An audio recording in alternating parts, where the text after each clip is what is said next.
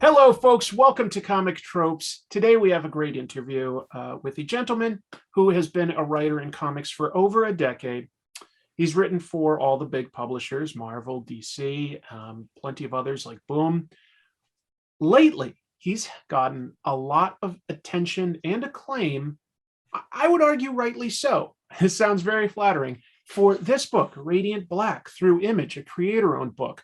I've got a lot of questions for him. Folks, please welcome my guest, Kyle Higgins. Kyle, I really appreciate you making some time to join us today. Oh, Chris, it's my pleasure. Thank you for having me. Absolutely. I mentioned this at the top, but I'm a really big fan of the channel. And I'm going to make you feel uncomfortable by telling you how awesome I think the channel is. So I found your channel during the pandemic, and it was your big 4-part Robert interview. Oh, yeah. Was it 4 parts? 5, I think. 5, yeah. Just because it was so long at the time, I was like, eh. You know what? I was also playing the algorithm game. People check out Robert Kirkman. So I was like, I can get like a few episodes out of this. I feel like that's a pretty safe bet as far as bets go, you know? Yeah. Mm-hmm. I mean, a lot of times people want to see the whole thing all at once, but I was like, people will tune in for a couple episodes of Robert Kirkman. Yeah. He's a great guy. I've known Robert forever. And now technically in a way, like not exactly your boss, but maybe your boss's boss in a way. Yeah, he's he's kind of got some boss vibes. I know. Yeah, no, honestly, Robert is incredibly sweet, and I've known him not very well, but I've known him for about probably 11 or 12 years. Like he we bump into each other like in really random places. Like I was at you're both in LA, right? Yeah. Well, he wasn't for obviously many years, but then when he did come out here, it was like, how do we keep? Yeah. So we were at a comedy show one time at like, it was either at the Improv or the Laugh Factory.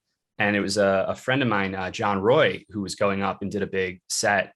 And all of a sudden this guy walks up to me in the bar. He's like, "You do comics, don't you?" It was Robert. And I was like, "I do comics. Don't you?" Yeah. And even before, anyway, so the reason I mention it is because watching the interview with him, but then I was also reading Invincible at that time. I had read a bunch of Invincible years ago, like the first, 10 or 11 issues. Sure. But before the pandemic, I had really decided like, I want to find something. I want to dive into something again. And I knew I was building Radiant Black, and it was like, I should definitely read this to make sure I'm staying away from, and I'm glad I did, because there's some stuff that I had ideas for that Robert did infinitely better. So I'm glad. There are some similarities, and I'd love to get into some Radiant Black in a little bit, because I mean, it's a pretty important book that I've really just discovered. I'm pretty passionate about, and that's why I've wanted to talk to you. Yeah. But you thanked me, and I actually want to thank you for something as well. I recently read your Darkhawk run at Marvel, and I actually have a mother-in-law with MS, multiple sclerosis. I'm very, very familiar with it. Mm-hmm. I had not come across a portrayal in comics that really gave it just a nuanced, balanced, real-world view, and I appreciate you sort of bringing that to the forefront without it being. It wasn't the main point. It's just an aspect of the character. And I saw that you even consulted with some people that have MS to get an accurate portrayal. But what was the driving motivation for including that as an aspect in the character in the first place? Well, first of all, thank you for that's very kind of you, and for even checking it out. The genesis comes from kind of a combination of factors. I really, really pride myself on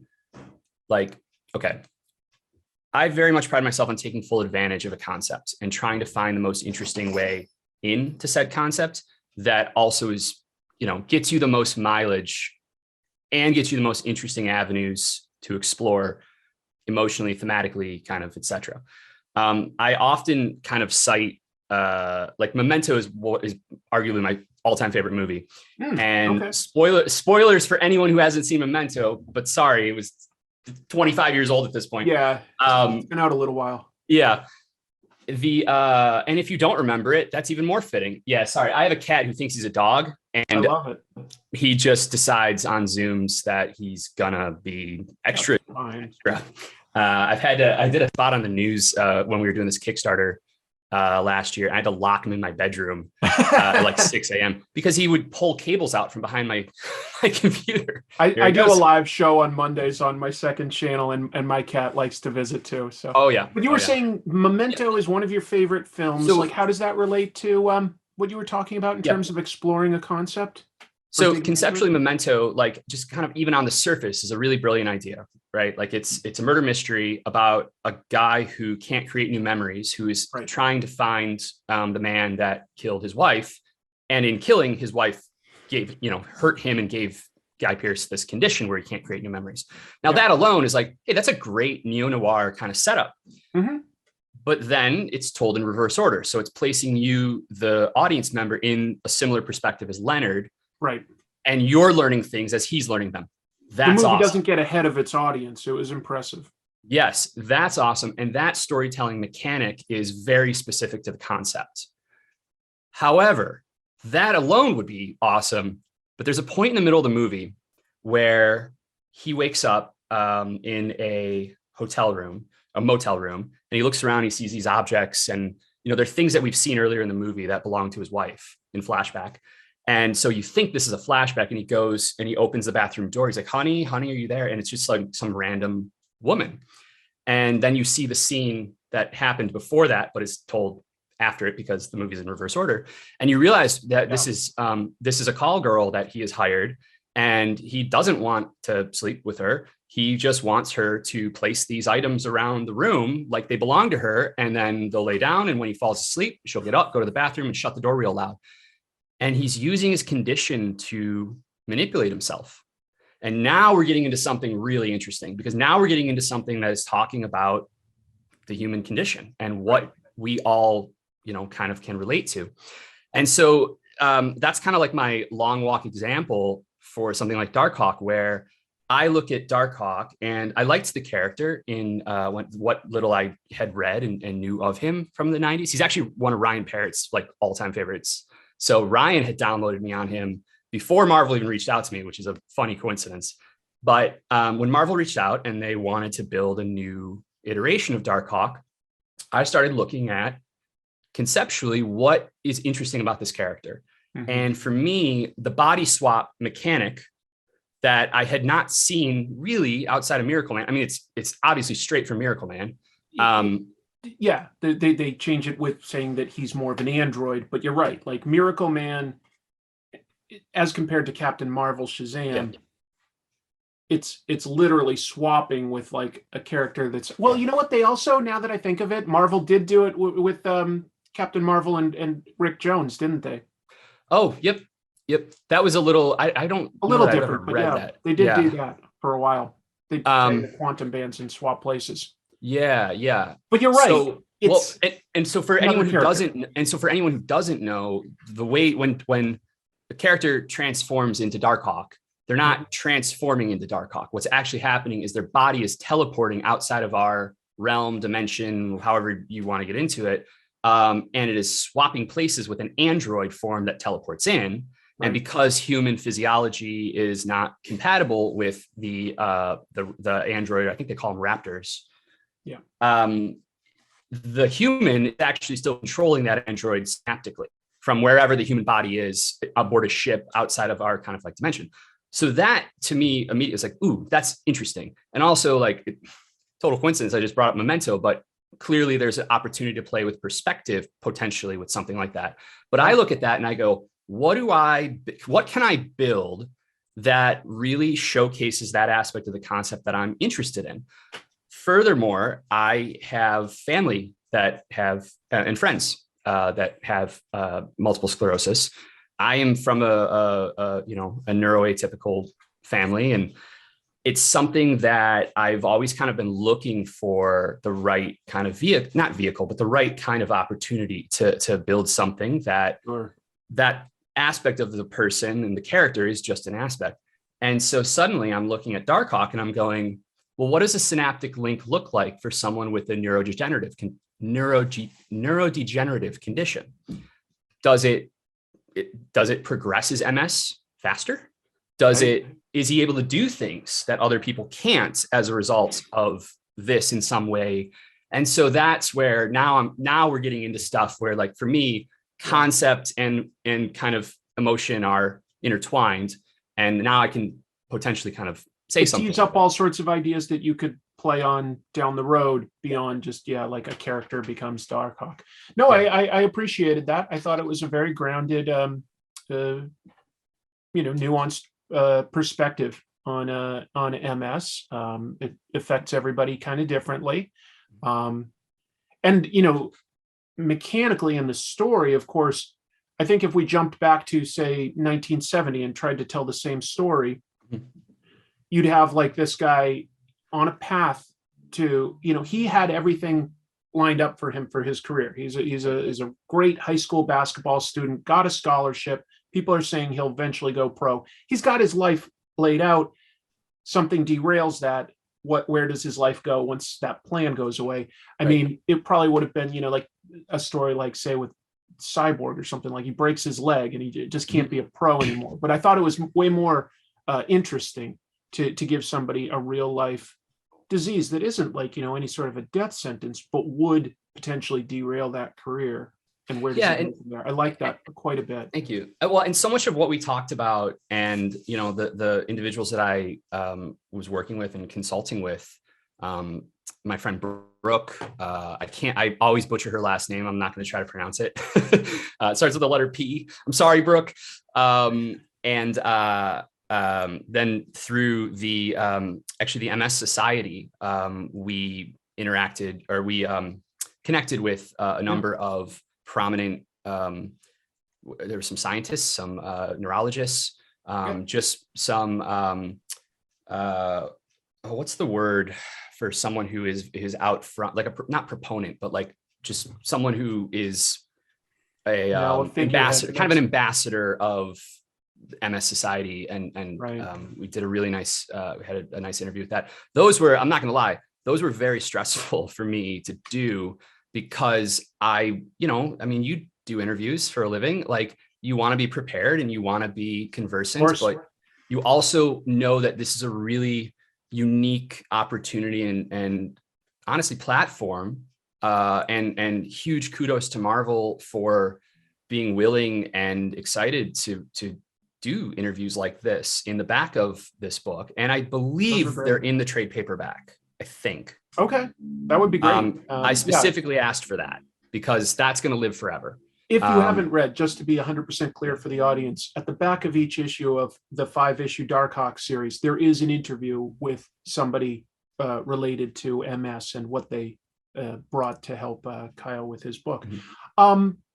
You'd mentioned Memento and talking about the mechanics. It goes without saying, like, you, beyond being a writer in comics, you're a filmmaker. You have made films. You've made a bunch of films, and that's what you studied, and that's what you went to school for. Yeah.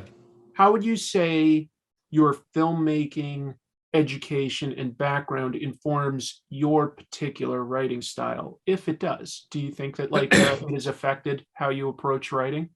I do, absolutely.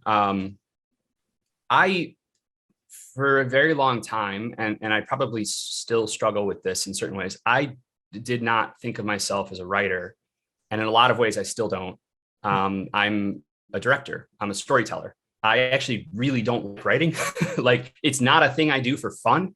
But it is something that, look, I only ever wrote so I would have material to shoot. Like, starting at like 7 years old and making Superman and Ninja Turtle films with my sister and my dad, and he was a photographer, and so he had a video camera, and he taught me what a cut was. There was a day where I remember this. I want to see that, by the way. We have it. I can pull it out. Not today. It's at my parents' house in Chicago, but But we did look at it a few years ago. There was someone, I was in a couple, like five years ago, I was in a relationship, and someone came to my house. Like they flew in for Christmas, like to meet the family and everything. Yeah. And so that got pulled out, and that's so cool. It was pretty cute. But there was like this moment where we're in a hallway, and it's like, I kick in the door to get and rescue April or whoever it was. Might have been Baxter Stockman. We might have been pulling from different sources, turtle sources. But and then I was like, well, how is the camera going to see us? Because the camera's out here, and we're going to go through this door. And my dad's like, well, here's what you do. So you kick the door, and as you kick it, I'm going to stop the camera, and then I'm going to go inside the room. And then when I tell you kick it again, I'm going to start the camera, and it's going to look like. And I was like, and he showed it to me when we did. I was like, that's amazing. Does anyone else know about that? You should tell people about this. This is awesome.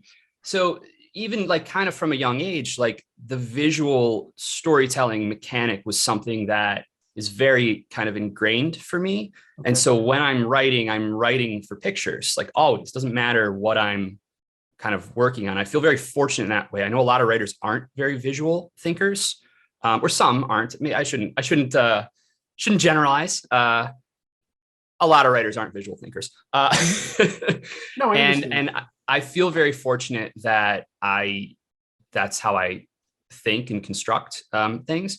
But with that also comes, one of my favorite things, speaking of the cut, and this is where it really applies to comics, is, are you familiar with the Kuleshov effect? The what? The Kuleshov effect? No.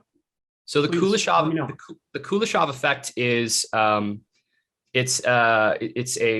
believe it's a Russian idea, but it was an experiment, not experiment. It's a demonstration where you show a woman with a blank face looking intently at something, and then you cut to a shot of oranges, and the audience is creating that association that, oh, she's hungry. That's interesting. You show a woman, same exact image of that woman, and then you cut to a shot of a baby, a happy baby. And the audience is associating the woman is thinking about the baby or loves the baby. So you're creating a story from the juxtaposition of these two images. I mean, that's comics. I met, there's a writer who I very, very much, I'm a really big fan of, and I was fortunate enough to meet him a couple times, but the very first time, he was coming back to comics after a long time away. And I said, how is that going? And he said, he's having fun with it again. And I said, is there anything that you missed? And he said, you know what? Honestly, there is. He goes, I missed the silent panel because it's the only art form where you can do that. And so all of that coupled with, I think my structural tendencies, especially with like cross-cutting action, I think certainly comes from kind of my film kind of upbringing. I also think I like doing a lot of page-wide panels for certain kind of moments or effects. That's something moments. Yeah. And that's not necessarily intentional as it is. I just love a good 4-panel page of boom, boom, boom, boom. And for the right type of action, the right kind of, whatever. So I think those are probably, this is off the cuff, but those are probably the biggest things I would point to. I love how comics blends what we can do with film as well as like, the written page. It's just my favorite medium. It's so versatile, but those are interesting techniques. And while I hadn't heard of the way Kuleshov Effect, I definitely remember reading Scott McCloud's Understanding Comics and how he explained how the audience will create an association in that gutter. You can put together any two images. The audience just comes up like without even like having to really reason it out. Like an audience comes up with that answer. So the actual, I just Googled it real quick. Sorry, I just want to make sure I wasn't wrong. The Kuleshov effect is a film editing effect demonstrated by Russian filmmaker Lev Kuleshov in the 1910s and 1920s. It's a mental phenomenon by which viewers derive more meaning from the interaction of two sequential shots than from a single shot in isolation. I actually think Scott references it in Understanding Comics. He probably does, and I just had forgotten the term for it because I definitely remember reading about that, that technique. Let's just, for a moment, since we're talking like some of your filmmaking background and stuff, Sure. I picked up on something when I was reading Radiant Black, and this is just me like going like, that feels like it means a little something more. So I read, you have like two best friends in this book talking about Cowl. Yeah. So I looked that up, and that was like a film that you made. Just tell us a little bit about what Cowl was, and I know it became a comic, but like what was, what is it, and what was the genesis for that idea? So when I was probably about 20 years old, I had this just kind of like weird idea one day about like, what if you did, what if superheroes were basically unionized? Like, what if you build out a labor union for superheroes, and what did that look like? And I played around with it, but I also knew even then, I was like, I don't know enough. I'm just not versant enough on the world to be able to explore this idea to any sort of great extent. And so I ended up writing it as more of like a comedy piece, as a little short story. I was at the University of Iowa. I went there for 2 years for cinema and comparative literature. And I realized very early on that it wasn't going to be the right fit for me school-wise for film school. And so I became kind of really focused and kind of obsessed with getting to California and getting out here and getting into a film school where I could actually go take a really big swing. I really wanted to go to USC. USC had a different opinion. They didn't want me. But no, I mean, I applied. It's, you don't, it's very competitive. But where I did get in was at Chapman University in Orange County. And that ultimately ended up being arguably the single best life choice I've ever made. When I got to Chapman, they wouldn't let me in for film either, but they asked, I remember the admissions office calling me one day, and it was like one of those things where they can't tell you officially, but they're like kind of leading you, like where it's like talking to a therapist where they're like, but if you had to look at another major, is there one that you'd be interested in? We're just asking, and so I got in for graphic design because I had a big graphic design background as well. And so once I was there, I was trying to transfer internally to Chapman's film school, the Dodge College of Film and Media Arts. And I was ultimately able to do that. But for the submission, they required a short story. And so I took this superhero labor union comedy kind of piece, more satirical than anything. It all takes place like in a hospital. It was prose. And I wrote this like 2 to 3 page thing. And that got me into the film program, among, some other things. So that first semester when I was there, sorry, I've never talked about this. So I appreciate you asking. I'm getting like pretty fun flashbacks right now. When I was there, I had this background in sound editing as well. And so that was ultimately how I really got into the film school. Is there was a professor, Dan Pavlin, who was a sound teacher at Chapman, one of the best teachers I've ever had in any storytelling form ever. And I had this Pro Tools background and things like that. And there weren't that many sound editors or sound focused people at Chapman.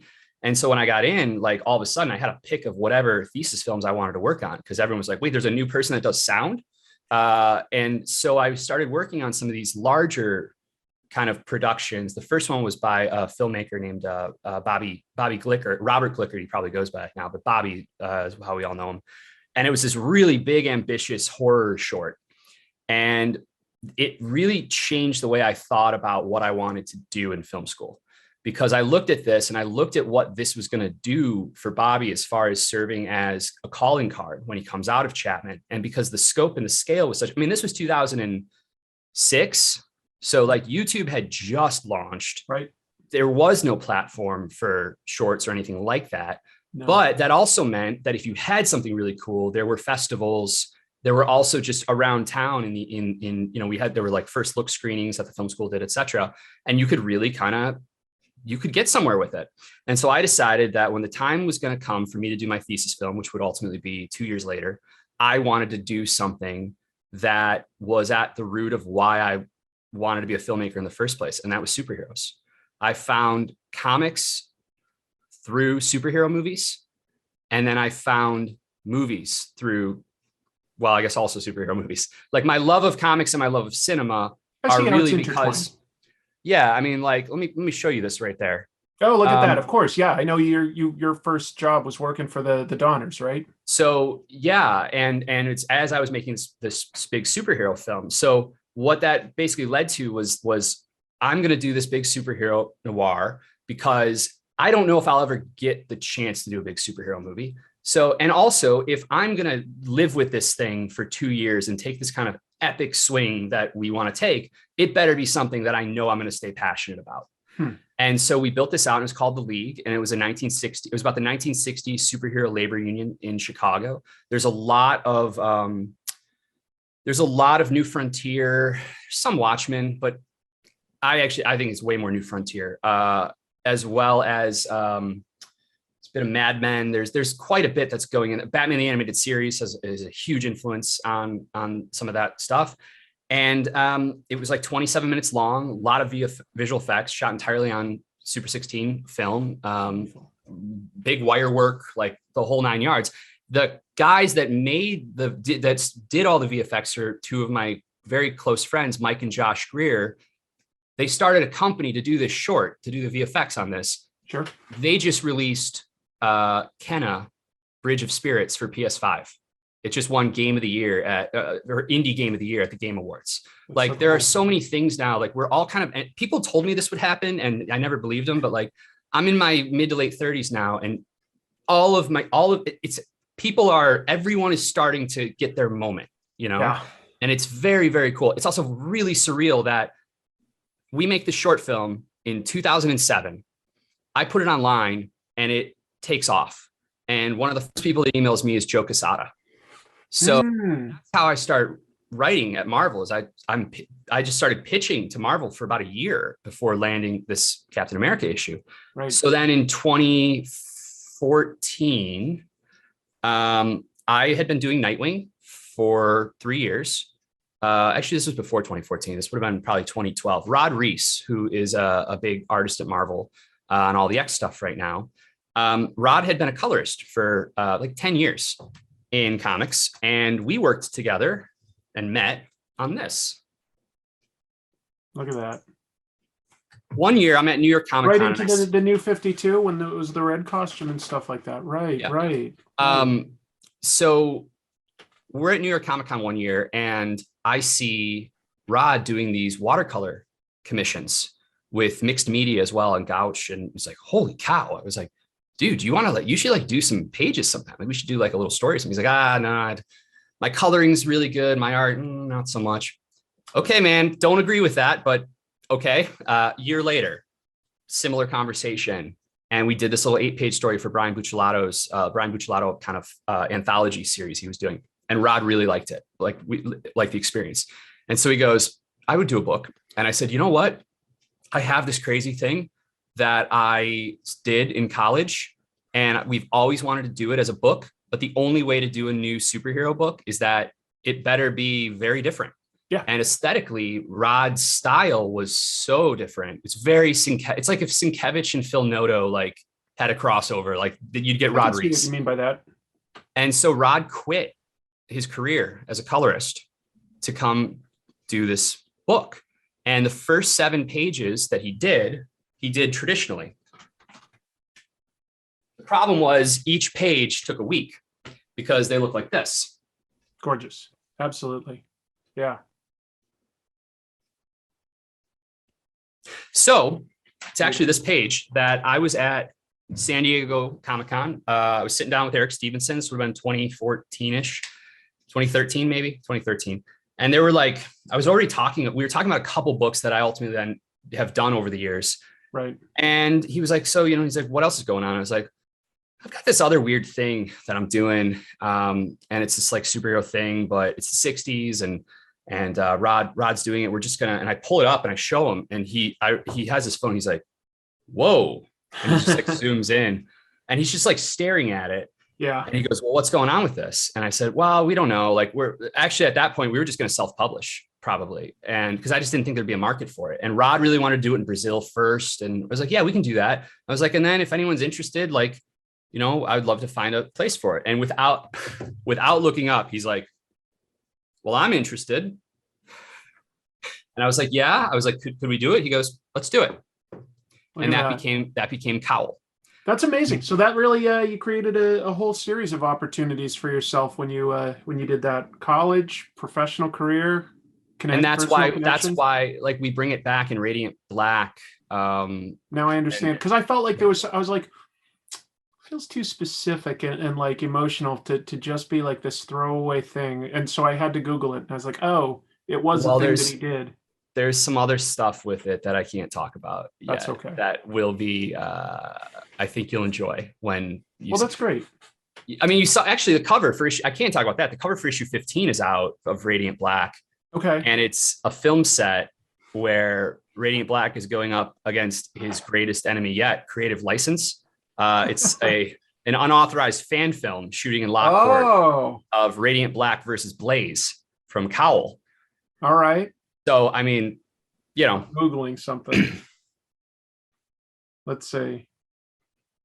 Radiant Black 15 cover. Oh yeah, there it is. Look at that. So let me just pull that up and see if I can show that on camera. I don't know how well that'll turn out because I've just got that's pretty good actually. Yeah. That's pretty good though. Yeah. Yep. And so that, by the way, that actually is my hometown, and Alec, who wrote The League and Cowl with me, and is one of my best friends since high school. It's his hometown as well. So all that walk that Nathan and Marshall do in issue 9, I don't know how much you've read of Radiant Black, but all of it. Oh, okay. So issue 9, that walk, Alec and I have done that walk. Like Alec and I actually just did that walk in December. I think it was December. He was out here for many years, and we were a tag team. And with the pandemic, he moved back to Illinois, and he's in a very happy relationship. I get it, but I miss him. And so it was this late night walk through Lockport, talking about our time in LA and regrets and things we were happy about, and it's very beautiful, and it's nice. Yeah. So that's yeah. I'm going to dig into Radiant Black a bit more shortly. Sure. But one thing about Radiant Black that it's funny, you have written for a number of characters that I'll call transforming characters. Yeah. Power Rangers. You obviously made quite a splash on Power Rangers. You did Ultraman. We already talked about Darkhawk, and we've hinted obliquely at Radiant Black. All of these are people that essentially transform into some sort of super powered character. I mean, it's very Japanese. Now, if I confirm that, does that count as a comic trope and you have to drink some hot sauce or something? Is that exactly right? How we do this? That's how we're doing it now, is the guest has to be punished. Oh, I have to do like repetitive. No, obviously what's interesting though, is you have to find a different way to look at each of these things. But do you think that there's something in you that's like bringing you to this, or is it like maybe a coincidence? Like after you did Power Rangers, other companies were like, okay, he can do this type of thing. Do you think that that's what got you the opportunity? I think it's both. What's the relationship there? Yeah. Well, so there's a couple things in that. Let's see if we can unpack it. Yeah. Power Rangers comes from, for anyone who doesn't know, Power Rangers comes from a Japanese series called Super Sentai.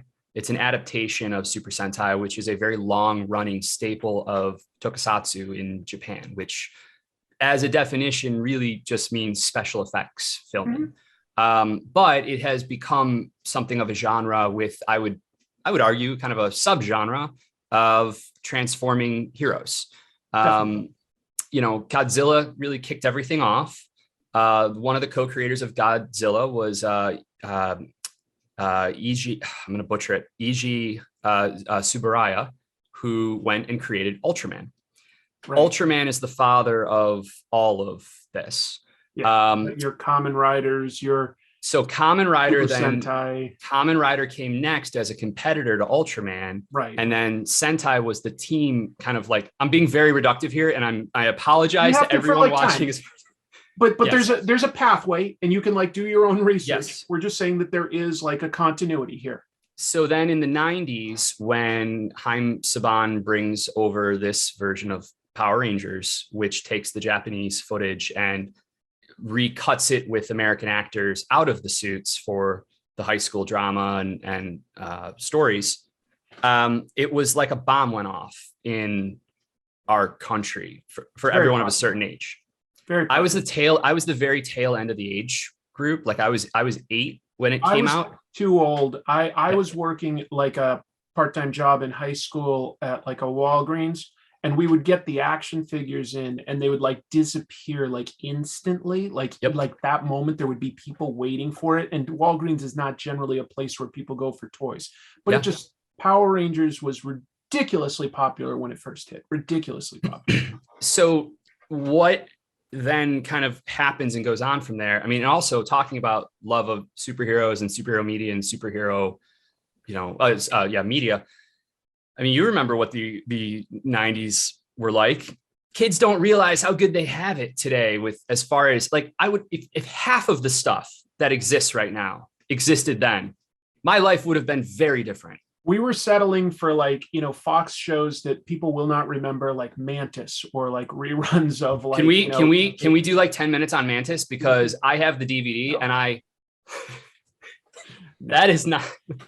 But like, even you have it? Yeah, I've got like a little Godzilla guy. I love that stuff. I've got, Japanese Spider-Man. Oh yeah. Which like was one of the first to use a huge giant robot, which became definitely like an aspect of the Super Sentai stuff. So he actually was the first. Yeah. So the giant robot that we associate, or robots that we associate with Power Rangers, the Zords, the mechas, those came from Japanese Spider-Man.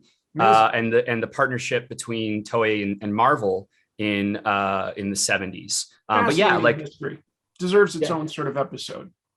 What's that? All this that deserves its own episode. Oh, but okay. Like so. Anyway, the popularity of Power Rangers. Yes. So in the 90s, that was, I mean, it was live action superheroes on TV every afternoon. So of course it blew our minds. Yeah.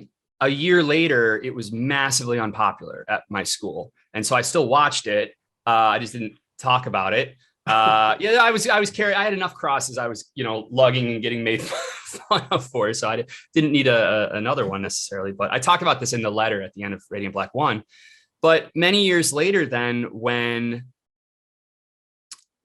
it was probably 2011, I was doing Nightwing, and I was chatting with a friend of mine at that time, Bryce Carlson, who's at Boom. And we were just talking about different licenses and characters and stuff like that. And I kind of just like had this realization. I was like, what you guys should do? You guys should go get the rights to Power Rangers.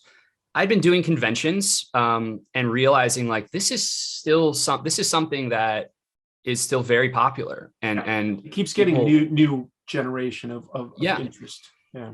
And now you're at the point, of course, where you're getting the nostalgia for people like your age and stuff.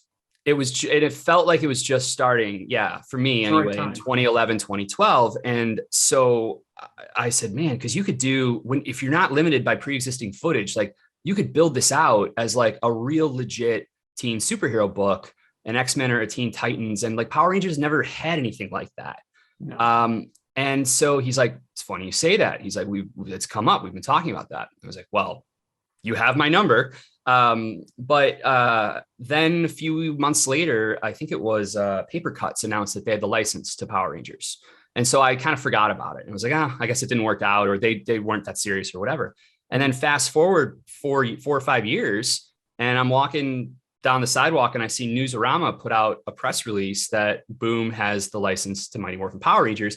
and they put out these cover images that Goni Montes did. And I flipped out like on the spot. I was like, that's exactly what that book could be. Cause I actually have one of his covers framed here. I'm sure you guys have seen these. Oh, I do remember those. That is gorgeous. Yeah. But I mean, they look like shiny new cars, you know? Yeah. Like, so with that, it was like, so I reached out to Bryce and I was like, hey man, I saw this. Congrats. I was like, who do I have to kill to write a pitch for a backup story? I hope not you, because you're the only one I know. And he writes back and he's like, well, we actually don't have a main writer yet. And I was going to reach out, like your name's come up. I was like, I would love to pitch. He's like, I know, we talked about it 5 years ago.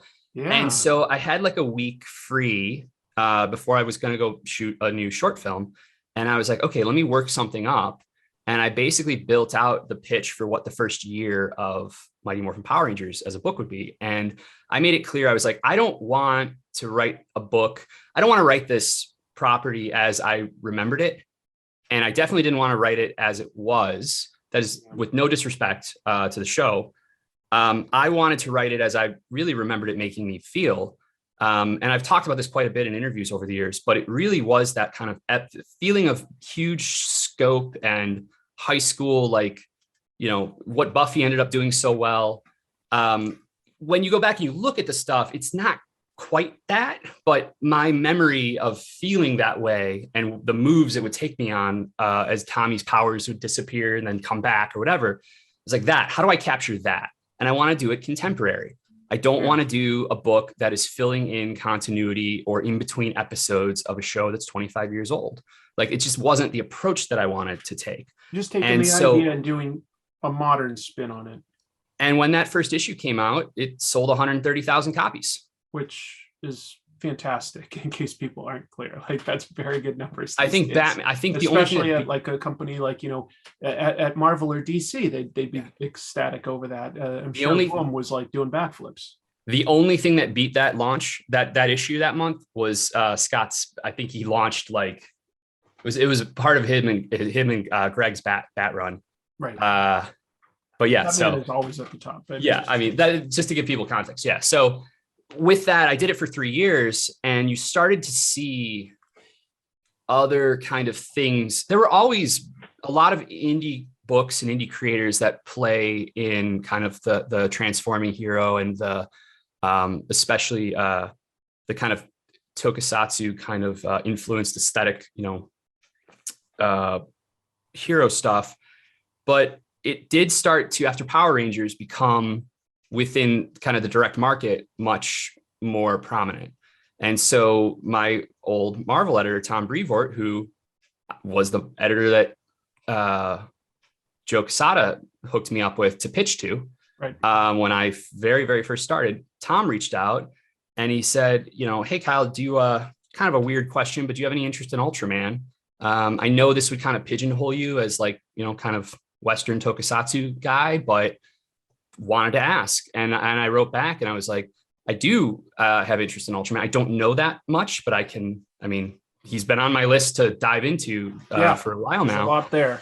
And I told Tom, I said, you know, honestly, I said, I don't mind that. I'm not afraid of being pigeonholed whatsoever. I was like, I've been doing comic at that time. I would have been 34. And I was like, I'm 34. I've been doing comics full time for 10 years. I've written a lot of superheroes. Like I am down to, like, in this stage of my career,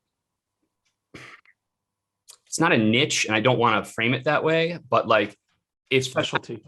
Yeah. And like, I was the first call guy for that. And so it was like, yeah, okay, we're going to do that. And I also knew I was building Radiant Black. So my hope was creating a pattern with retailers of Power Rangers, Ultraman, Radiant Black.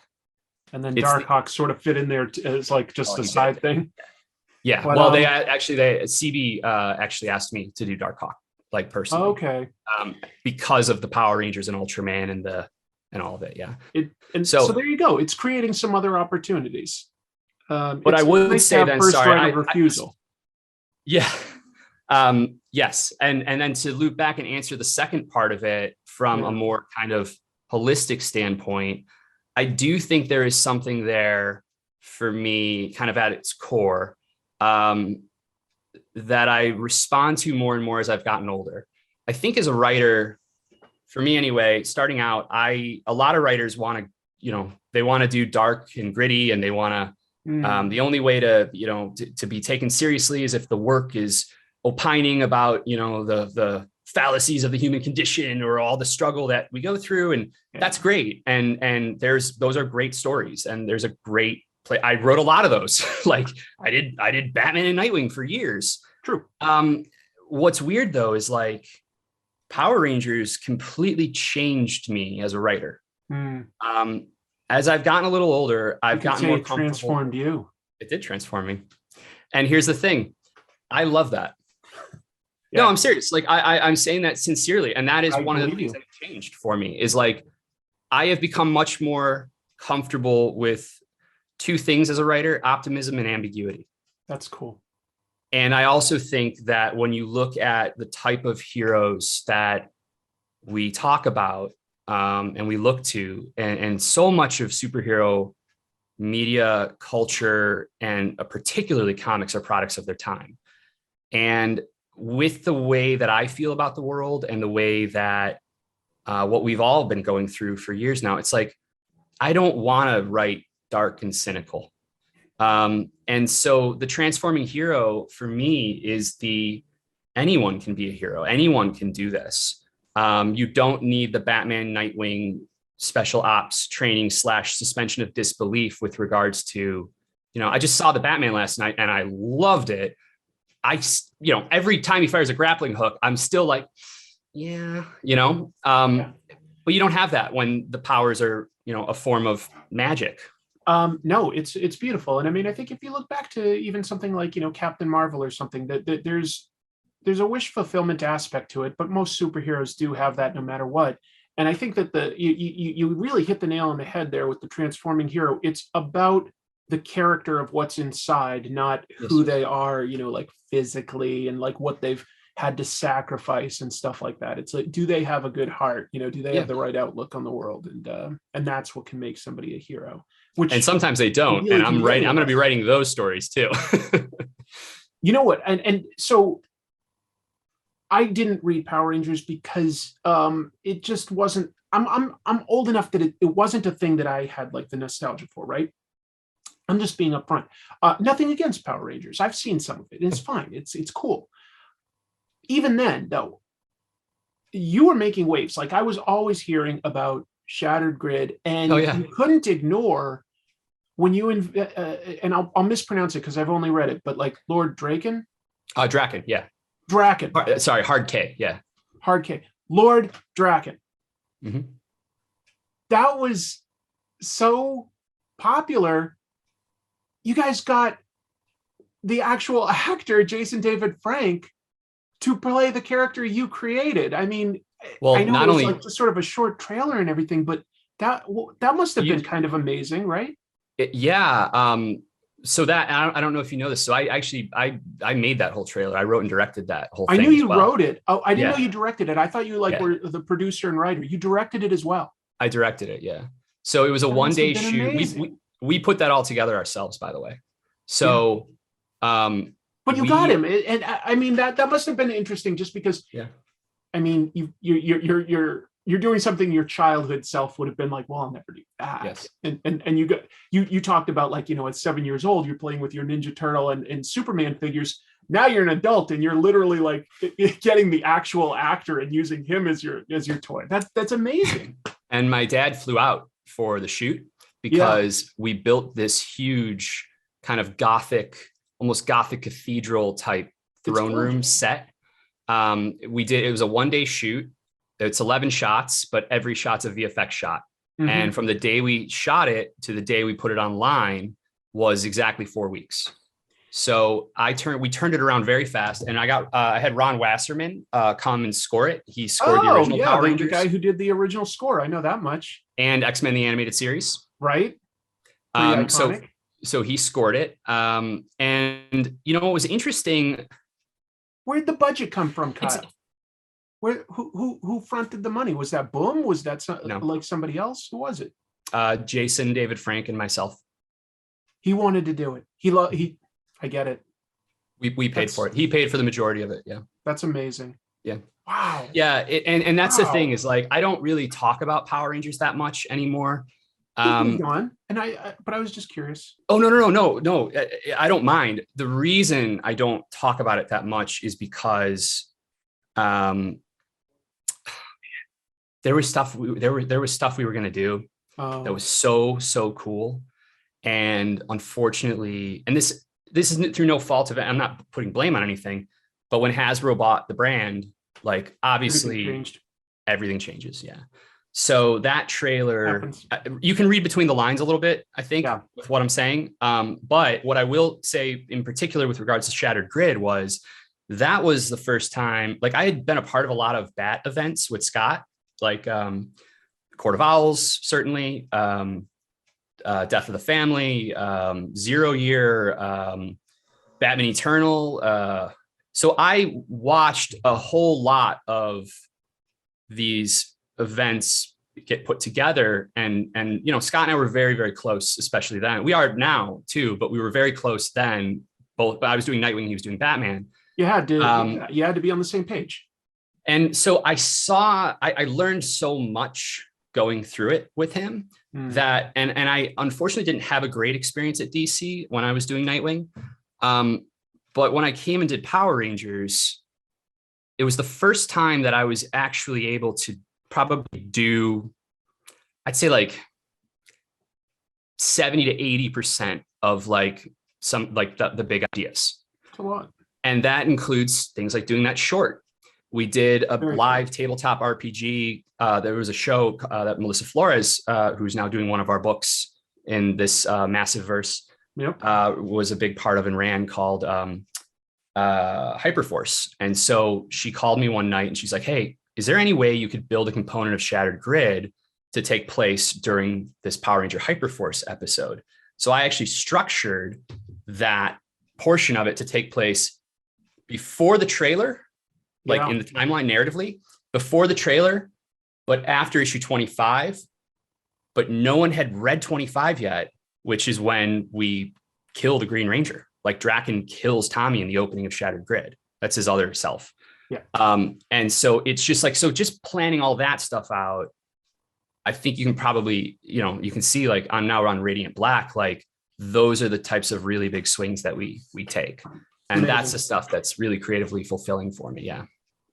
Well, I feel like I've put it off long enough. Like I really want to talk to you about all sorts of Radiant Black stuff, because now there's almost no limits because it's creator owned. Mm-hmm.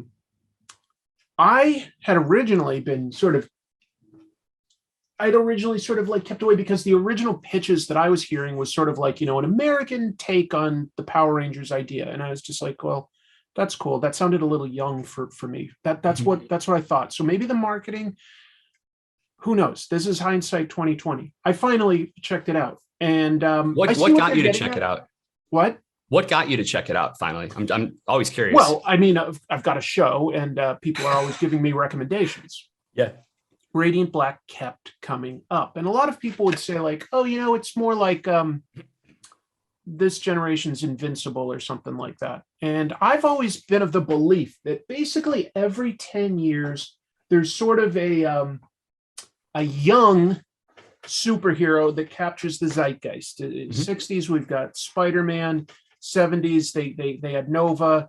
I'm not going to get every decade, but then they had like Ultimate Spider-Man, they had Invincible, and I really feel like Radiant Black is sort of filling that niche. Now he's a little older, but it still functionally fits that sort of young hero coming into his own. Like he's got his own sort of problems in the world, and he's got to figure out how to use these powers. So I'm glad I found it because I really liked it way more than I was expecting. I blasted through this. I've in less than 2 weeks, I've read all this stuff, and I'm like, yeah, I like it. what I liked, what spoke to me as a little bit of an older reader, was I really related to the characters. I think you came up with some really grounded issues that people today can relate to. It's not necessarily as simple as just like, oh, how am I going to pay rent? Right. I'm talking a lot, of course, about your own book, and I've got a question coming up, but I will just let you know, I liked the protagonist, Nathan.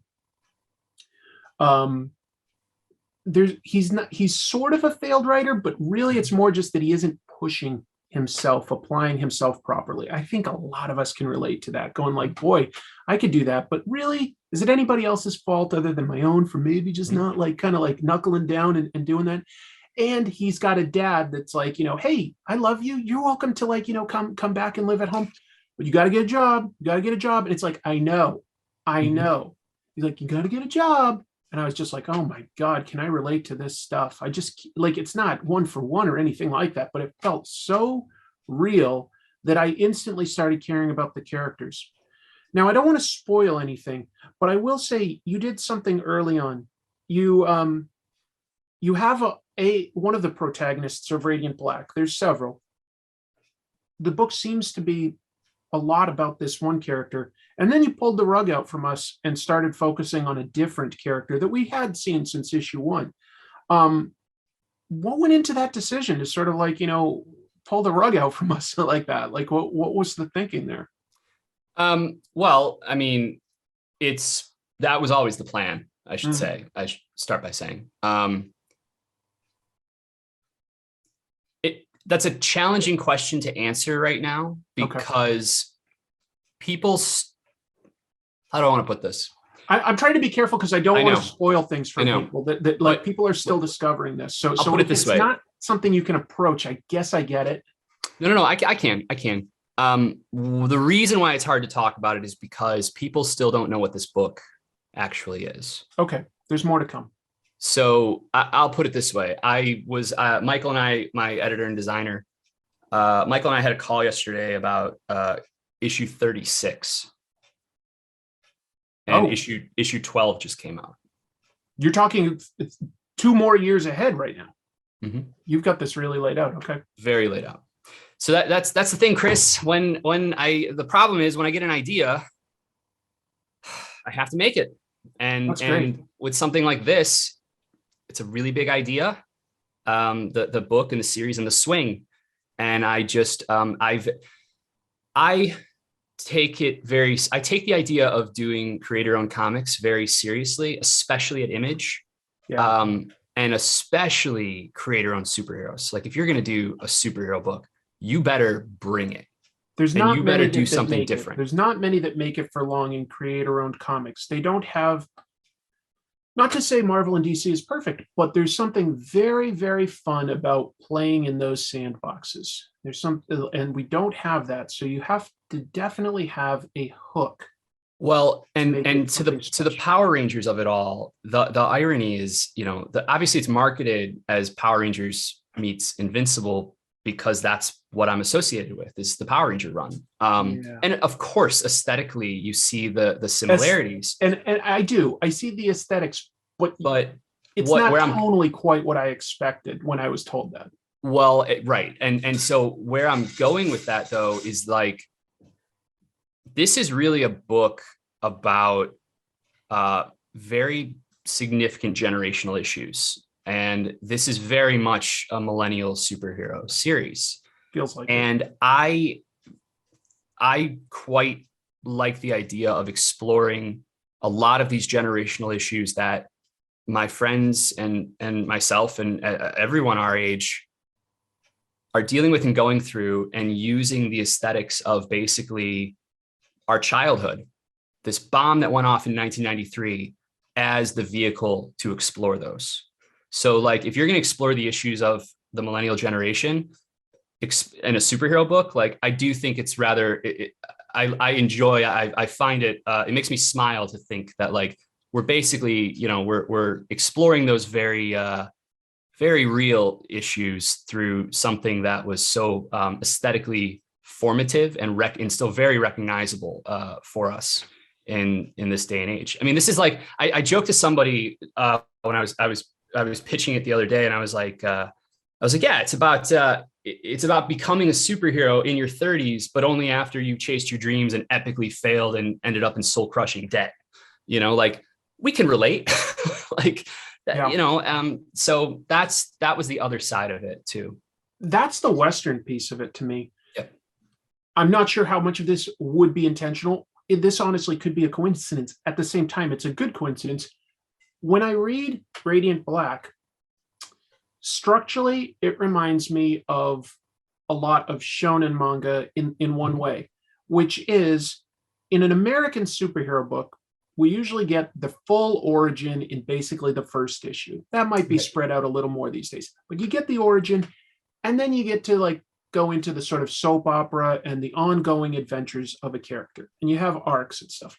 Whereas a lot of shonen is, the character is not perfectly formed at the beginning. They actually like are constantly sort of leveling up and getting better and stuff. And I do see quite a bit of that, like with the like there's more of a build to becoming that hero. They may have access to powers, but that doesn't make them fully baked. So I don't know. I that was something I liked structurally that I hadn't come across a lot in Western superheroes. Well, thank you. The shonen manga influence is not something that I have. And that's fine. But what I can speak to in that regard is actually a very conscious choice that I made from the jump, which was one of perspective. So if you look at the book, you'll probably notice there aren't very many privileged scenes, meaning scenes that take place that our main character is not a part of. But there really aren't any outside of Earth. Sure. And so one of the things that I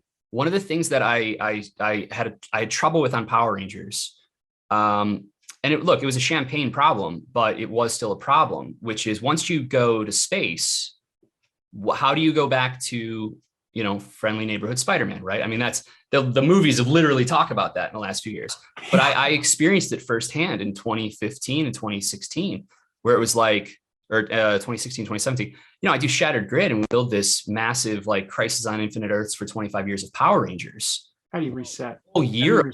Yeah. And the year before that, building to it, it was like, I got away from the high school stories because I wasn't able to get back. I had to pick my moments very surgically because the scope had gotten very big.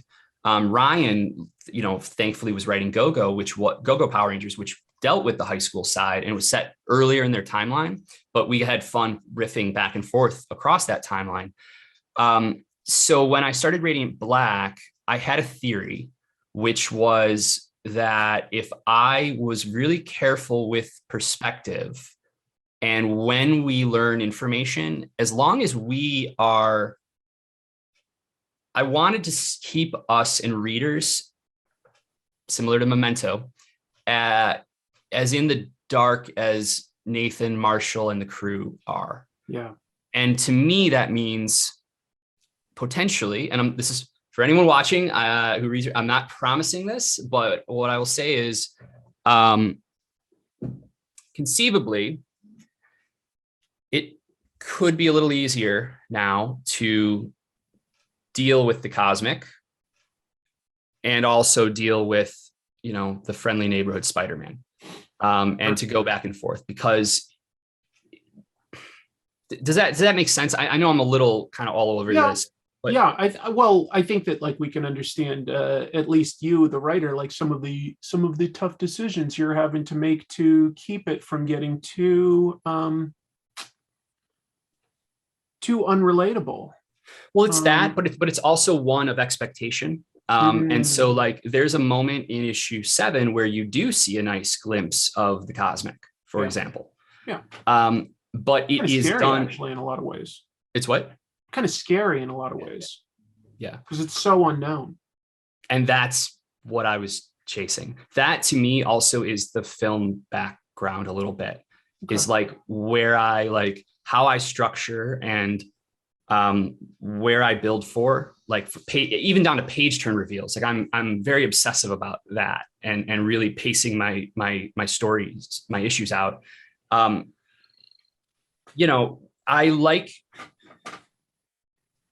our characters are going to deal with the issues that come up when they come up, no matter what they might be. And I'm talking villains, I'm talking bad, I'm talking threats. I'm not talking internal issues. Sometimes those might be homegrown and sometimes those might be cosmically foreign. But it's something that, sorry, we've totally got, I don't remember what the original question was, but yes, trying to juggle these two is part of the core of the book, but also one of the challenges. Okay. Let me reset with a different question. Setting aside like the spinoffs, we're not quite talking about the spinoffs yet. Just Radiant Black, the core title that started everything. One thing I found interesting, I'm talking to you as the writer. You have had co-writers in the first issue. You've got Cherish Chen for issue 6, and I don't have the other issues in front of me, but you have several co-writers that like just sort of pop in for certain issues. I feel like that's not super common, especially on a creator-owned book, to have like a co-writer and a co-writer that's different, that just like sort of pops in for a certain issue. Is that like to get somebody's expertise, or where is that coming from? Well, it's coming from two different places. So Cherish, for example, and the character, and like Megan Camarina did Radiant Black 12 with me. I knew that I wanted to create a diverse cast in this book, even though we don't really meet the other wielders in the first arc. Right. In looking to build said diverse cast, and there's a publishing kind of structure that I helped build on Power Rangers, which is that we did 4 issues and then basically not a fill-in, but it was basically a fill-in issue. Related. Yeah, but I looked at those as being like, okay, well, that's a feature rather than a bug if we build it right. So like, why don't I use that one shot to recontextualize something or reveal something or tell an origin or whatever? So I knew I wanted to do that here. I'd done enough creator-owned books to know how hard they are on a monthly schedule. Like they are brutal. And I thought that, okay, with Marcelo, and this is Marcelo's first book in the US as an illustrator. And so it was like, how do I structure this so that we're not off stands, but also narratively it's something that is additive. And then like, also artistically, I knew on issue 6, like we had David LaFuente came on, and the theory, my thinking was, well, it's not a fill-in if the artist it's a special. Like if you get David LaFuente to draw an issue, it's like, I'm going to buy that issue. Like, I don't care what book it is. And so in the constant kind of struggle to figure out, like, how do you stay on stands every month without putting out work that's not up to the caliber of the rest of the series, that felt structurally like a nice way to do and to build for. Now, that means that every 6th issue for the first couple arcs here, I don't think I'm spoiling anything because you can see the pattern. We're telling a character focused one shot of that character and getting into, the life of a 28-year-old Japanese American woman in America, in Illinois, felt like something that was it was a good opportunity to bring someone on who had a different voice than me. And it's giving, it's making the story better, and it's making the world of the comics, like the universe, better. And B, if I'm being totally honest, the thing that gives me a lot of joy is being able to help other creators. So I really very much wanted to create a platform where I could bring on other creators that there go my comics, where I could bring on other creators that I believed in and wanted to showcase. And so that's how we set it up. That's smart. That's beautiful too. Yeah. I mean, whenever And so then, possible. Like, yeah, I want to do that too. Like, I can't do it for everybody out there, but if a good podcast or show comes around and for some reason wants me as a guest and I can like just give them a little bit of a rub, I love being able to do something like that for somebody else. I firmly believe, like anyone we're bringing up, they're going to like, they're going to get there anyway. If we can like speed that up and then they can like, be appreciative of what we did for them. Great. And the other side of that is the logistics. And so the logistics for me as a writer, I have been my own bottleneck for many years. And I recognize what's that? There's a little of Nathan in you. Oh yeah. But not with like novel. Like I'm open about this. Like the book's not about me, but there's a lot of me in the book. It's not, I'm not a novelist. I have no interest in writing prose, which maybe we'll talk about issue 3. Cause that was interesting. Yeah. That was where you had like, and I was like, I wonder if he's trying to like, this has got to be so tough. Let me take a tangent here because we take a couple pages. I'm just trying to flip to it just to like give like a little, okay. Where we've got the main character, Nathan, has sat down to write, and in a comic book, a visual medium, now all of a sudden we've got an actual book here. Mm-hmm. And were you trying to you're trying to write this in somebody else's voice, which means you're not necessarily trying to write the best book you can. So, exactly. You're trying to write it in somebody else's voice.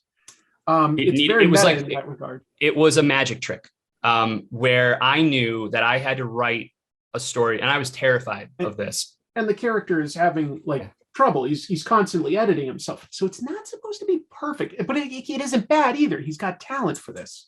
Well, that was the magic trick. That was the tightrope walk where I knew I have to write a short story that is good enough where you go, yeah, okay, he's got potential.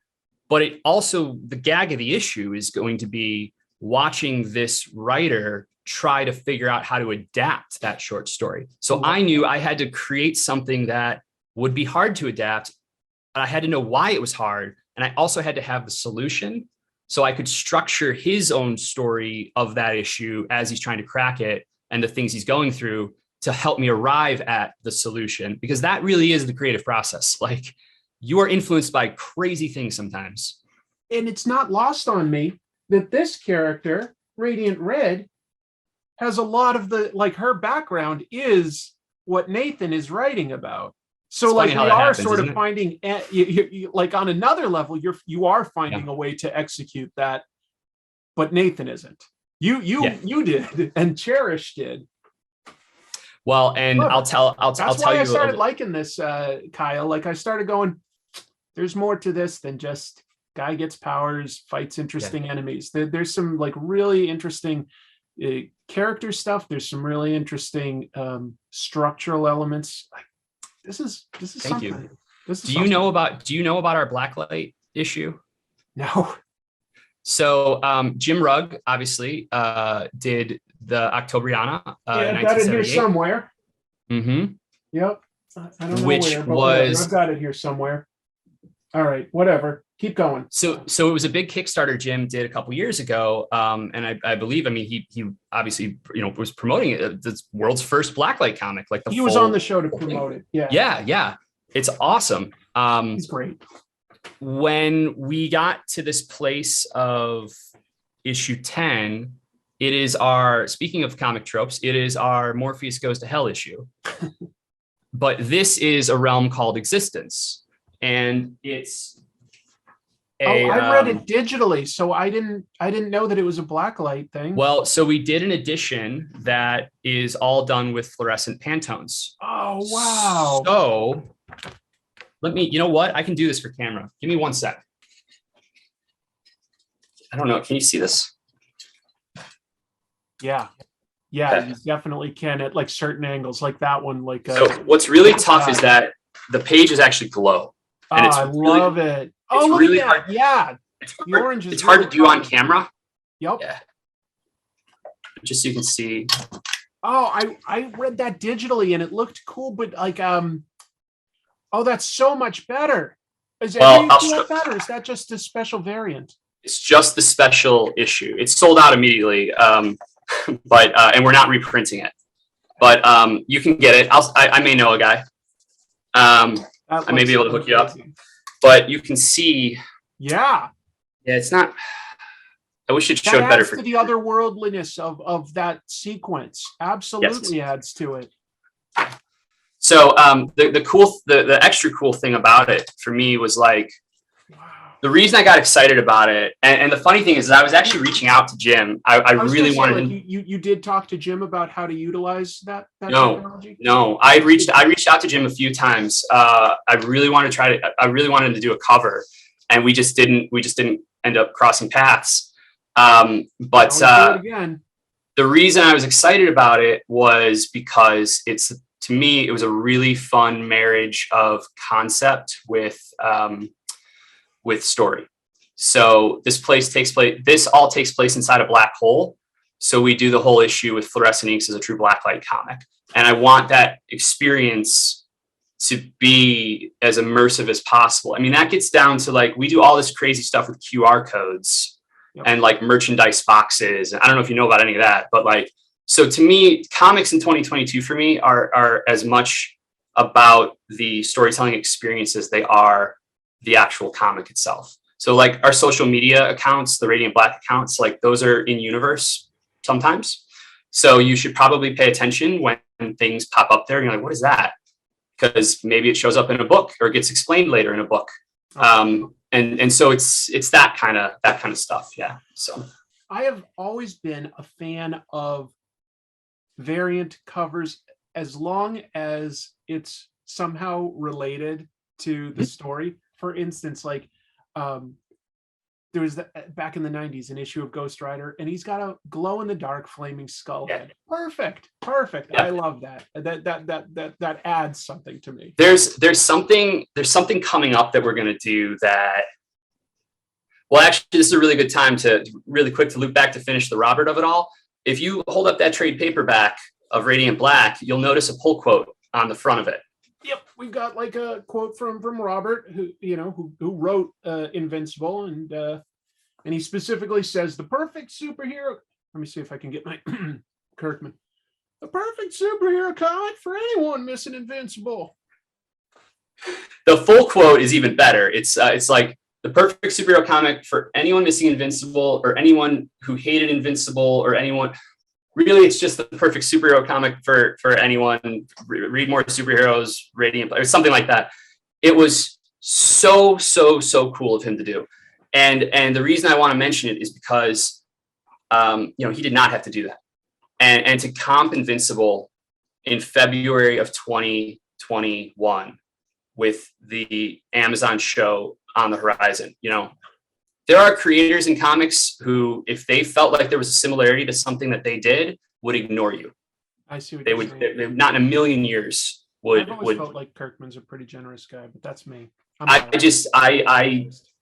owe him a lot on that, and I will forever be grateful for him. It was just a very kind thing for him to do that, and it helped us a lot. Let me ask my last sort of Radiant Black question, and this was actually something that I sort of mentioned on Twitter. And when you got involved, I was like, oh, maybe I can like reach out and get Kyle for an interview. Sure.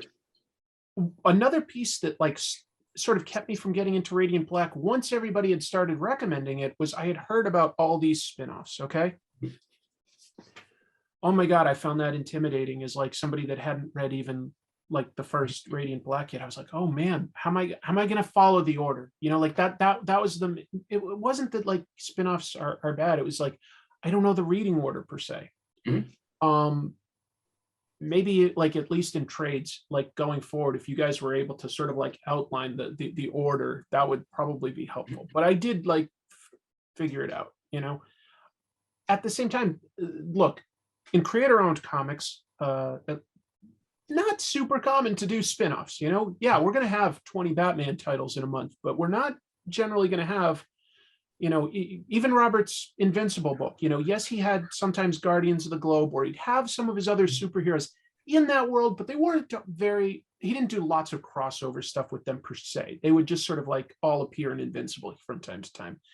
What inspired you to do several different books in this universe. I mean, that's pretty ambitious. And of course, just to give credit, you're not writing every single one of these, at least not by yourself. But like, what inspired you to think like, there's more to this world? Sure. Well, actually, so that's a great question. And I'm going to push back a little bit because they're not spinoffs. So the thing is, we are all in the Image superhero universe. Yeah, technically. And some acknowledge that more than others. Sure. Yes. The point, though, is that Radiant Red is a spinoff. Yes, Radiant Red comes out of Radiant Black, but you could read Radiant Red entirely on its own thing. The reason why I push back on the being spinoffs, and I get it, and I understand, and I know that's in the past how things are done in comics. That is, of course, what we would think of them as. The reason they're not spinoffs is because each one of those books is owned by their creative team. Those are all originals. Rogue Sun is entirely its own lift, entirely its own thing. And we could do a reading order, sure. But here's the problem with the reading order. You don't have to read them all. You don't have to, you can read whatever book you want, because the Rogue Sun series. So I'll put it this way. Supermassive is, the only time they've crossed over. That's a crossover. That's a crossover one-shot special. Crossover. Yeah. That I get it. But Rogue Sun is its own superhero series set in New Orleans.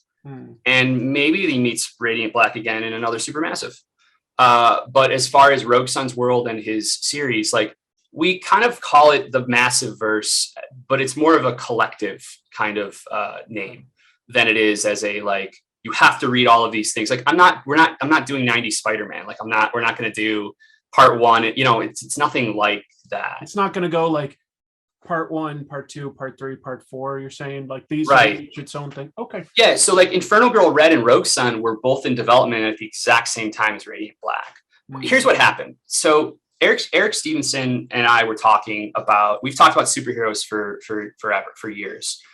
And I was building something that had some of the iconography of what Radiant Black is. The black holes is a kind of a power set. This is after I left Power Rangers. But I was building it, and I had the name Radiant Black, but I was building it as some sort of 6-issue mini something very, very, very different, set far future, post kind of tech dystopia kind of thing.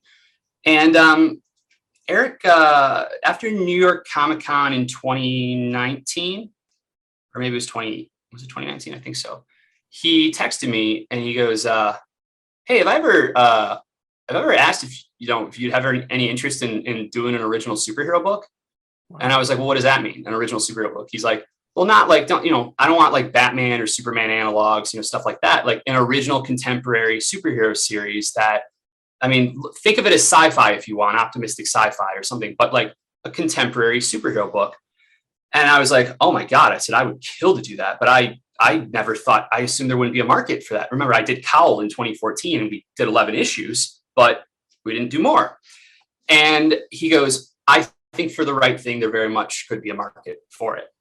And he told me, he was like, "If there are other creators that you think could be a fit, definitely mention it to them." So I immediately called Matt and I called Ryan and I said, "Do you guys should build some stuff." And Matt had actually already been building. Oh, you know what? That's so funny. Actually, Inferno Girl Red that predated Radiant Black. Oh. We've been working on that for quite some time. Really? It's very well. Yeah. Well, we've all worked together quite a bit. So Matt and I write Ultraman together at Marvel.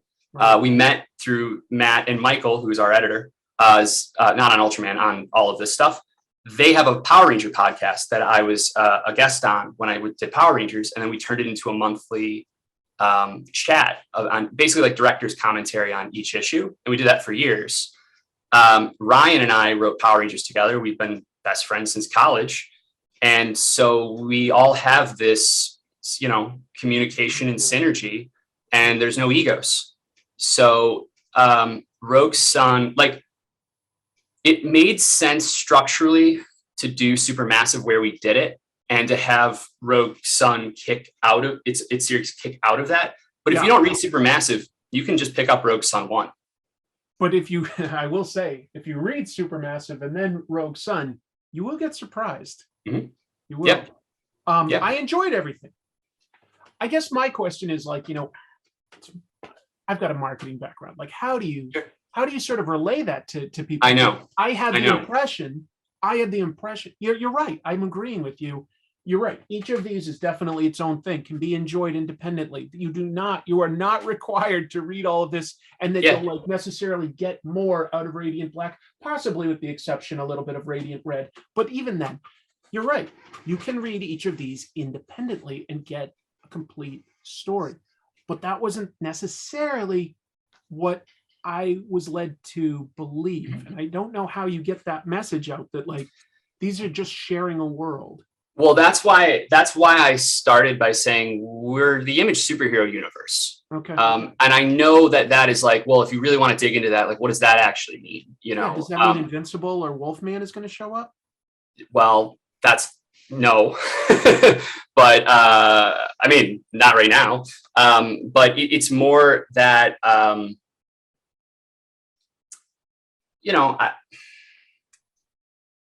okay. It's just tricky to answer. What it really means for me is that we wanted to. God, it's so tough to answer. It's so tough to not spoil stuff. But love putting somebody on the spot like this. Yeah. I told you, man. I can dance. We'll dance. Let's go. I'll tango here. Look, I don't know that anyone needs a new superhero universe. I don't know that that's what the market necessarily wants. That's not what we wanted to do necessarily either. But we all like working together, and we all want, and we have overlap. But the number one thing that we didn't want to do was make each book required reading for the other one.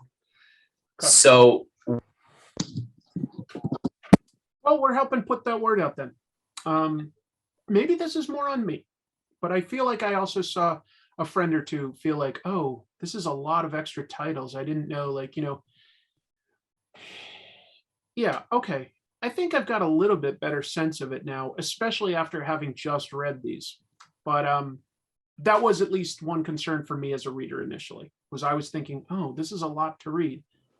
And it's tough. It's a lot to know. Yeah, and it's tough too, because from a marketing and announcement standpoint, like I watched, we all kind of watched the messaging and how things percolated out. We talked about like the initial messaging for sure, like it was the Radiant Black universe expands. So I understand where that, but that's also a very easy way to convey to retailers that, hey, this is, if you like this thing that sells well for you, this other thing is similar and there is a connection and it will sell, hopefully better as a result. And we're basically saying, like, if you like this, we think you're going to like this over here. Okay. And so that's what we're trying to use each other's books and the Massive Verse as a kind of communal collective. That's really the point of it for us. I don't want to make something that people feel obligated to buy. So it's tricky, but it's also a little bit of new territory. So I know that it's going to take time a little bit, I think. I also think, I was just talking to Ryan about this yesterday, and I told him, I said, I think that, once a few issues of each thing come out, like, it's going to be very clear, like, oh, this is, yeah. And so some of that, I think, will start to, like, word of mouth will kind of start to percolate with that as well. I appreciate you taking the time to answer, like, sort of my one concern out of this, but I also will admit that, like, once I just decided to jump the hurdle and, like, read everything just to see, I get it. I get what you're saying. I'm not going to challenge you on that, because you're right. Like, it's its own thing. And all I can say is, Radiant Black is definitely, like, as far as a superhero comic goes, just like, I love it. I'm really into it. So can I ask you about issue 12 in particular? Yeah. What was your question about issue 12 in particular? As That one was someone the with most recent one I read. yes, as someone with an online presence and their own shows, Oh, I'm just curious your feelings and if anything resonated for you in that issue. yeah, I suppose you're right. Right. I didn't know at first actually that that was sort of a bit of a flashback.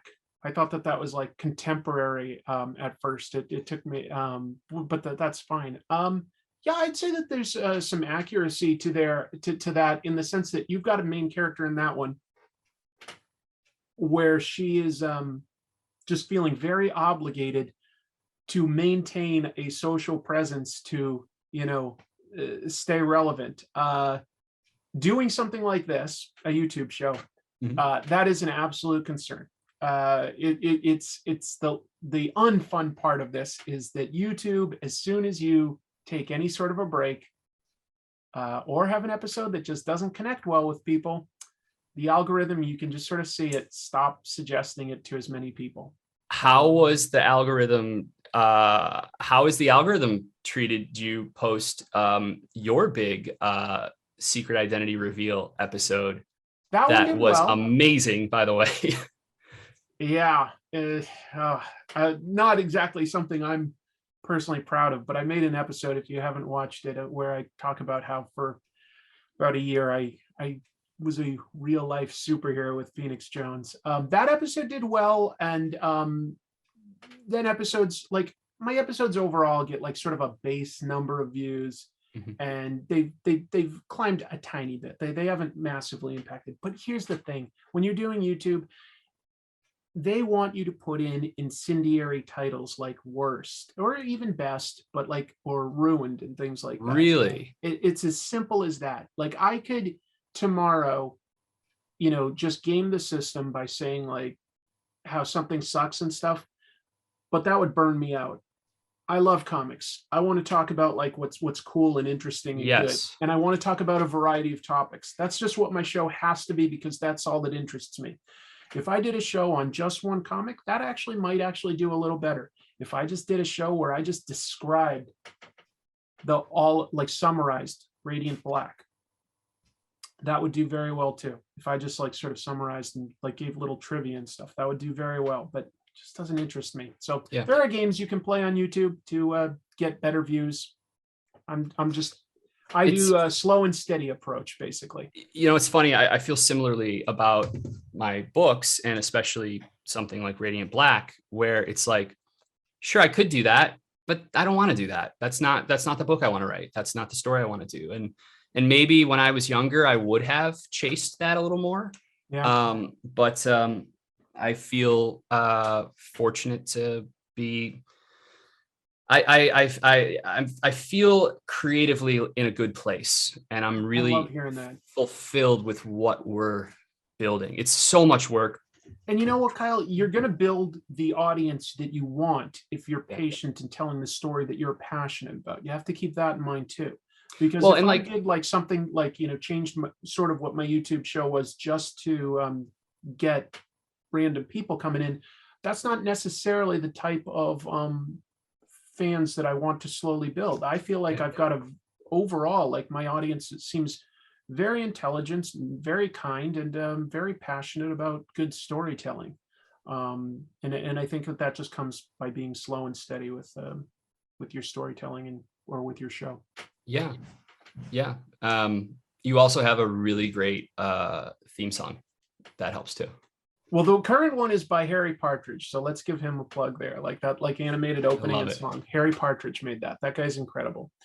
Look, you've gone way over what I said we'd be doing because I've been really engaged. I sort of lost track of the time here, so I want to be polite because I know you have stuff to do. While I had other questions, maybe someday we'll have to like revisit this. Sure. But you tell me, like, what do you have to plug right now? You've been kind enough to be with us, and hopefully at this point, if somebody is still watching, I'm going to take it that they're still very interested in you. Sure. What do you have out there right now that people should be looking for? Well, I'd say the biggest stuff is certainly Radiant Black. Radiant Red just launched yesterday, the day that we're recording this. There's Rogue Sun out there as well right now. But so Radiant Black and all this stuff we're talking about is probably the most prominent. I also do a book at Image called Ordinary Gods that is not connected to any of this kind of stuff. But I have this company called Black Market Narrative that I started. I've had an LLC for several years, but I have been slowly putting the pieces in place to kind of build something out that's a little bit more robust. So we have stuff, we have quite a bit of stuff coming up. Some of it I'm writing, some of it I'm not writing. I've brought other writers in and I'm more serving as kind of a creative director. Some of it's comics, good amount of it's not. Okay. But it all comes back to storytelling, and that's it's called Black Market Narrative as a company for a reason. Like that's the only type of content I want to make. So I would say that we have a newsletter that we do like some pretty fun variant cover drops through. So you could check that out. Where would somebody go to sign up for that or find out more about that? So if they go to blackmarket.la, that's our website. There's a newsletter sign up right there. Volume 2 of Radiant Black comes out next week. Issue 13 of Radiant Black that kicks off year 2 comes out in I believe it's the end of March, the last week of March. And I gotta, weirdly enough, I mean, this doesn't help me financially or anything, but like the Batman, I just saw that. Yeah, thank you for mentioning that. Because we've been going so long, it slipped my mind a little. But yes, we've both seen the Batman, and we're not here to like spoil this or anything per se. At the end, they give a list of thanks to various creators, and you are one of them. Mm-hmm. I saw some obvious things like, in the movie, I'm going, okay, they took this from year 1. They took this from Long Halloween. They took this from Darwin Cook's Ego. What was it they took from you? I mean, can we talk spoilers here? Is this a spoiler or is this? If you want it to be, it can be from this point. We'd mark it as such. Do you want to go into like what you wrote? Sure. I don't mind. Yeah. Folks, I mean, let me just like make this clear. We're going to just put a big spoilers from this point forward. We've talked with Kyle about his career. We've seen what you have to plug. The rest of this you can skip if you haven't seen Batman. But if you have, let's see, Kyle, what did you contribute to the movie? Well, I did a series back in 2010, 2011 that was kind of like my first big work at DC called Gates of Gotham. Mm-hmm. And it was a series that essentially what happened is I had done these backups for Detective and for Batman, where I created the French Algerian Batman of Paris, the Night Runner character. I co-created him with David Hine and Trevor McCarthy and Augustin Padilla, but Trevor and I did all the origins, and those went so like it was so much fun to do. We worked so well together, and Mike Martz, the Bat editor, called and asked if I would be interested in doing a 5-issue Batman miniseries that would be it's a mystery so big, it spans all the different eras of, like Return of Bruce Wayne, that Grant Morrison book back then. And it's a mystery so huge, it brings the Bat family together to solve it, etc. And it's called, they had a title, The Gates of Gotham. And I was like, yes, I'm in. I was like, what's the mystery? He's like, well, I'm calling you. And he goes, oh, and we solicit in 2 days.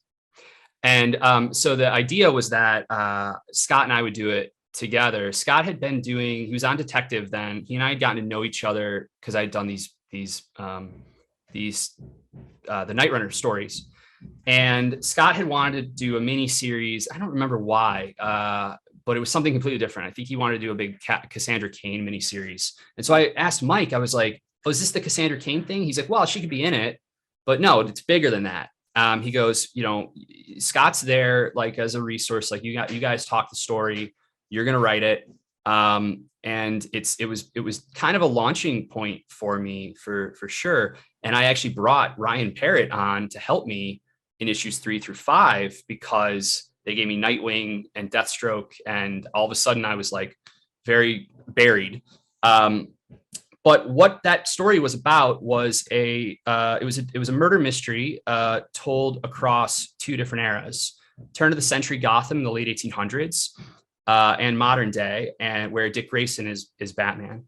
But the idea was that in turn of the century Gotham, I was basically looking to build out kind of like to look at the rise of the first skyscrapers in America through the lens of Gotham City.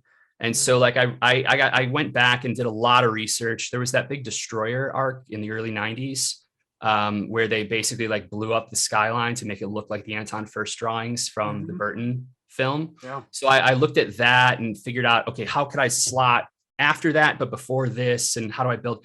And so my way in was to build these families that were the families that it was like, you know, the men who built America. This is that for Gotham. So it was the Waynes, the Cobblepotts, the Elliots, the Kanes. We were also laying seeds for the Court of Owls there because Scott was already starting that. And, you know, we would talk about all of that stuff. And then when I did Nightwing, just mentioned the Elliots. I'm just telling the reader, you just mentioned the Elliots. That was a big one.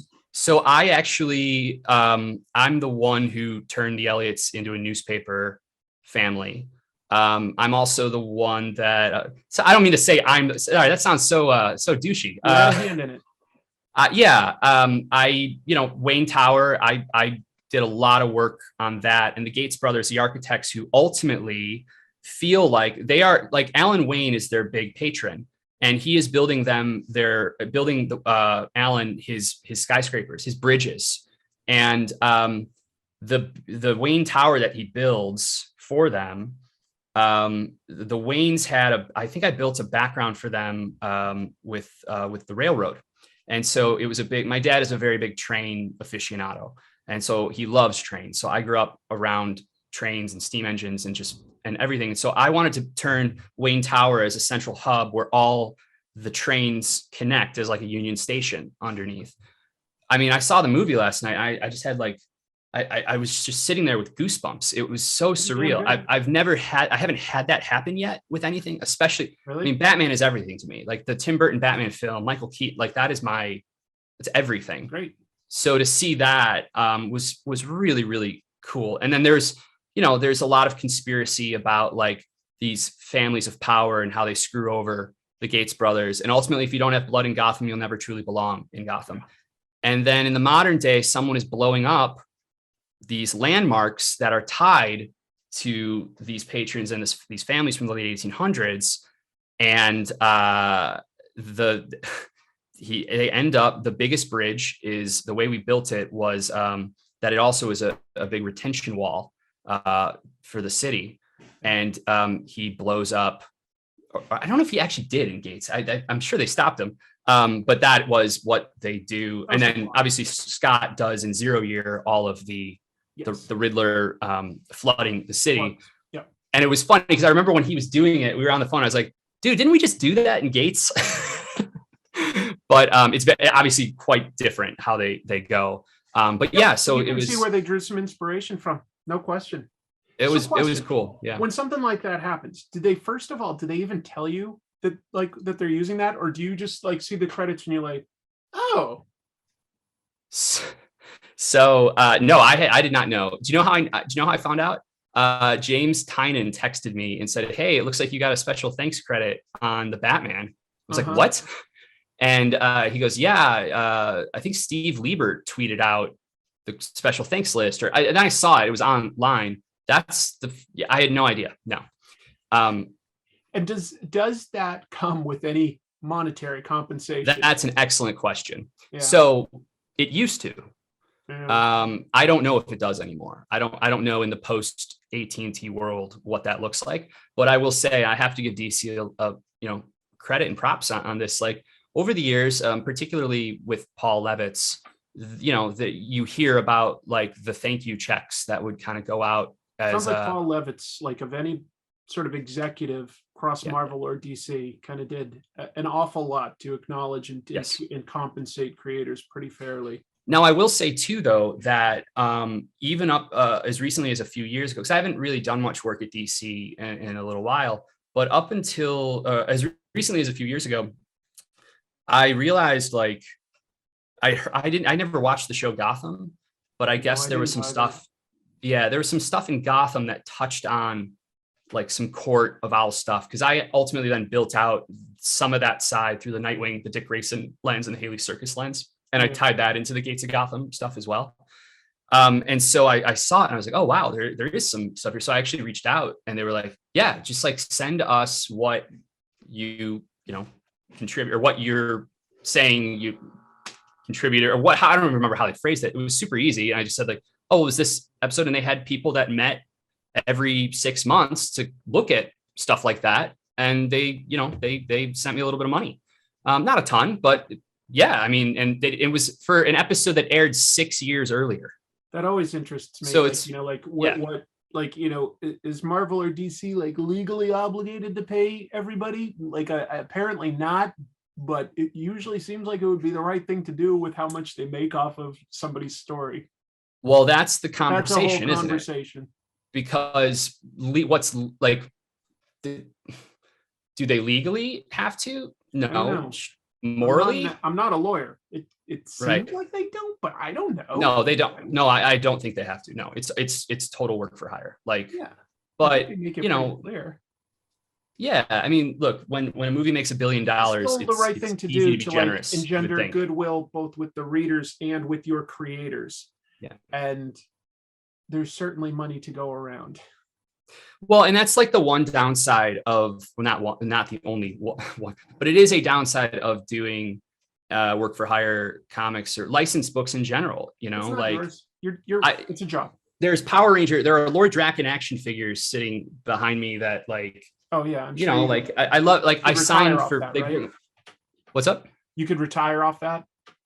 Well, I mean, if I mean, I don't get a cent. Like they don't even send me a figure. Like that's just what it is, and I get it. Like, but it also does de-incentivize creators once they figure that out from building new characters.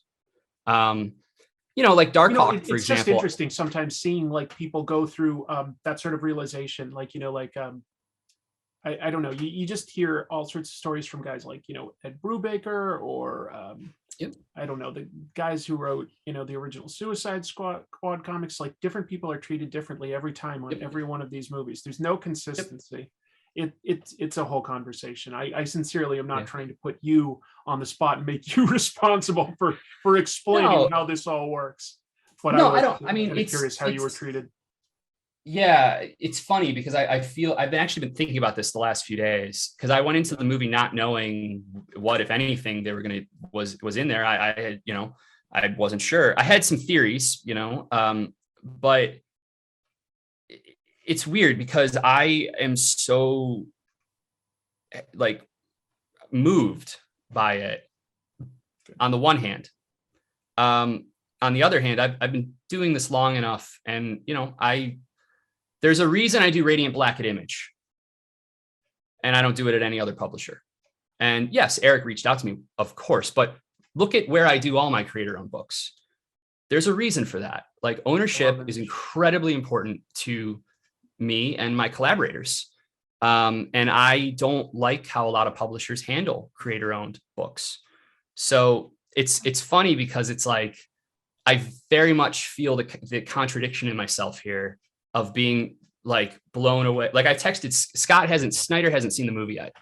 And I texted him last night or this morning. I was like, I just saw it. And he wrote back. He's like, don't tell me anything. I'm seeing it tonight. I was like, you have to call me the second you're out. Like, we have to talk about this movie. Yeah. It's cool to have that level of excitement because it's the fan in me.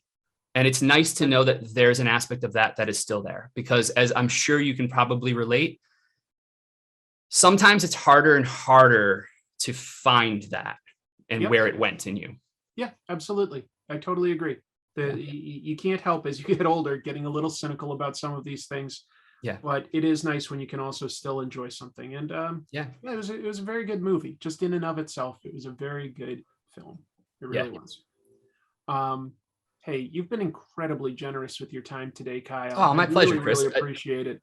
I didn't expect all my follow-up questions to take so much time, but I really I am nothing if not long-winded. I'm a better rewriter than writer, and that's why I need an editor to cut everything down. That's probably The real truth. Watch me. I'll just cut this down to a 5-minute like episode. And you'll be like, you've probably got a solid 4.5 of good material in here. Absolutely. You can find it. Absolutely. No, I really appreciate it. Thank you so much for whatever it's worth to my viewers. You know, you're still here. I strongly recommend Radiant Black, and maybe that's your entry point if you haven't read Kyle's stuff yet to discover some more by him. But obviously, we've heard of several other books that he's made beyond. It's really interesting hearing about your writing process. Thank you again. Appreciate it. Oh, my pleasure. Thank you. Take care.